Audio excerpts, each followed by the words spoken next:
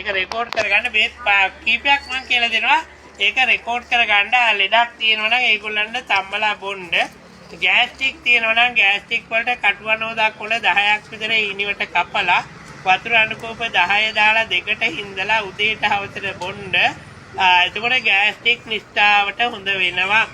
ඊළඟට මේ ධනිස්සය ආපදායම තියෙනවා අපේ අම්මලාට ධනිස්සය රිදෙනවා නම් ඇටමිදුරු ගෙවිලා තියෙනවා නම් කතුරු මුරුංගා කොළ කිරි හොද්ද හදලා කන්න සතියකට 3 සැරයක් විතර සති 8ක් විතර කනකොට ධනිස්සය ආපදා හොඳ වෙනවා. පවුලේ කාට හරි සීනි තියෙනවා නම් උළුහාල් සුදුලුණු ගම්බිරිස් ග්‍රෑම් 20 අරගෙන වතුර පත 8කට හින්දලා උදේට හවසට බොන්න. සීනි නිස්ඨාවට හොඳ වෙනවා. මාස 2ක් බිව්වොත් සමහරට අපේ අම්මලාට ඒව සීනි 300ට වගේ එහෙම තියෙනවා නම් සේපාලිකා මල් මේ පැත්තේ තියෙනවද නැද්ද? තියෙනවා. සේපාලිකා මල් හොදලා වේලලා වැටෙන ඒවා අහුලලා හොදලා වේලලා සේපාලිකා මල් 10ක් හැන්දෑවේ වතුර විදුරුක දාලා තියලා පෙරලා උදේට බොන්න. එතකොට සීනි සමහර 100ට වහිනවා. සමහර 200ට 300ට තියෙන ඇත්තෝ ඉන්නවනේ ශනික ප්‍රතිකාරයක් සේපාලිකා මල් වතුරේ දාලා තියලා පෙරලා උදේට වතුර ටික බොන්න. සීනි ඒකටවත් හොඳ වෙනවා සුමාන 2-3ක් බිව්වා නම්. ඊළඟට කාට හරි heart attack එහෙම තියෙනවා නම් හෘදයාබාධ පවුලේ කාට හරි හැදෙයි කියලා චකිතයක් තියෙනවා නම් ඔබතුමියට එහෙම නෙල්ලි තියෙනවා. අපිට නෙල්ලි ගස් විතරයි ගෙඩි නෑ. නෙල්ලි ගෙඩි 6ක් විතර බෙන්ඩ කරලා වතුර අනුකෝප භාගයක් දාලා මිරිකලා මීපැණි තේ හැන්දක් දාලා බොන්න උදේට මාසයක් බිව්වා නම් අපි කාටවත් heart attack හැදෙන්නෙම නෑ. heart attack හැදිලා තියන අය ඉන්නවා නම් ඒගොල්ලන්ටත් නෙල්ලි ඉස්මට මීපැණි දාලා බොන්න දෙන්න.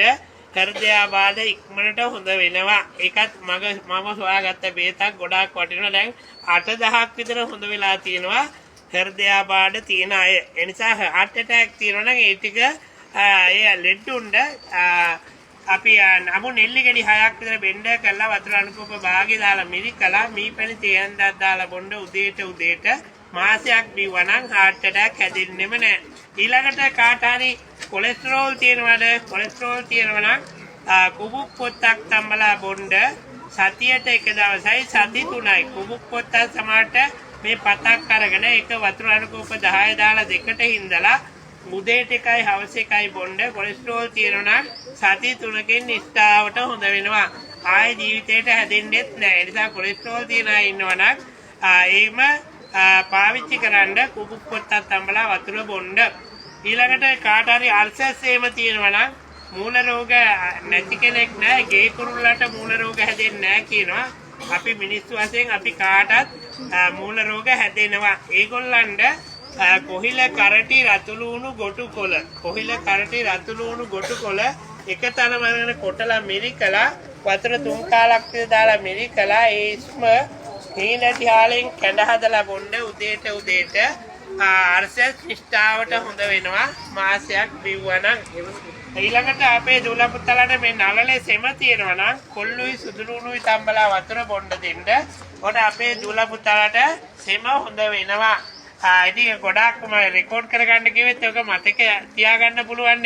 ඊළඟට කාට හරි අපේ දුල පුතලට බුද්ධිය